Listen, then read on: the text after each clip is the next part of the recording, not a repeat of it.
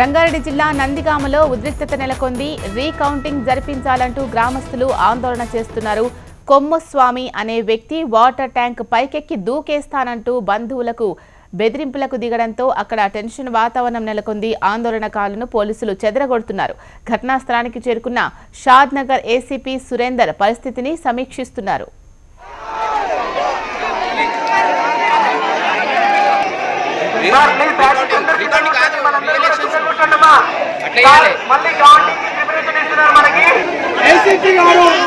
చెప్పడం జరుగుతుంది. మనం కూడా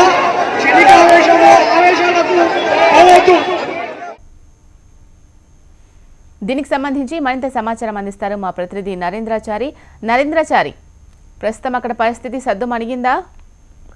శిలా రాత్రి 8 గంటలకు ప్రారంభమైన ఈ హంగామా రాత్రి 1 వరకు కొనసాగింది. అయితే నందిగామ నిన్న జరిగినటువంటి మొదటి దశ సర్పంచ్ ఎన్నికల్లో వెంకటరెడ్డి అనే అభ్యర్థి 122 ఓట్లతో విజయం సాధించడం జరిగింది. అయితే కొమ్ము కృష్ణ అనే వ్యక్తి ఓటమి చెందిన నేపథ్యంలో ఆయన వర్గీయులు ఒకసారి ఆందోళనకు వ్యక్తం చేస్తూ మరొకసారి రీకౌంటింగ్ జరపాలని చెప్పి ఆందోళన కొనసాగించడం జరిగింది. అయితే ఈ నేపథ్యంలో రాత్రి 8 గంటల ప్రారంభమైన గొడవ దాదాపు 1 గంట వరకు కొనసాగుతూ వస్తుంది. అయితే ఈ సమయంలోనే స్వామి అనే వ్యక్తి వాటర్ ట్యాంక్ ఎక్కి తాను ఆత్మహత్య చేసుకుంటాను, రీకౌంటింగ్ జరపాలని చెప్పి డిమాండ్ పట్టడం జరిగింది. ఈ నేపథ్యంలో అతనికి మద్దతుగా మరికొంతమంది కూడా ఆందోళన చేపట్టడంతో ఒకసారి పోలీసులు అక్కడ చేరుకొని లాఠీచార్జ్ చేయడం జరిగింది. అయితే ఎలాంటిది నచ్చబడినప్పటికీ కూడా స్వామి అనే వ్యక్తి కిందికి రాకపోవడంతో అక్కడికి భారీ సంఖ్యలో పోలీసులు చేరుకోవడం జరిగింది. పోలీసులు అక్కడ చేరుకున్న తర్వాత రాత్రి 1 గంటలకు ఎలాగైనా రీకౌంటింగ్ జరిపిస్తామని చెప్పి కలెక్టర్ హామీ ఇచ్చారని చెప్పి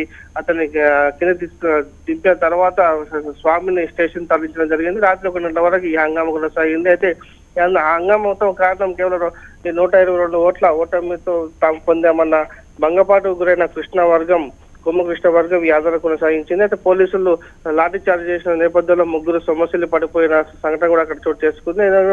నందిగామలో మాత్రం ఉద్రిక్త పరిస్థితి అర్ధరాత్రి మొత్తం కొనసాగింది. అయితే భారీగా పోలీసులు పికెటింగ్ ఏర్పాటు చేసి స్వామిని కింద తీసి స్టేషన్ తరలించడం జరిగింది. Sheela. Right, thank you Narendrachari.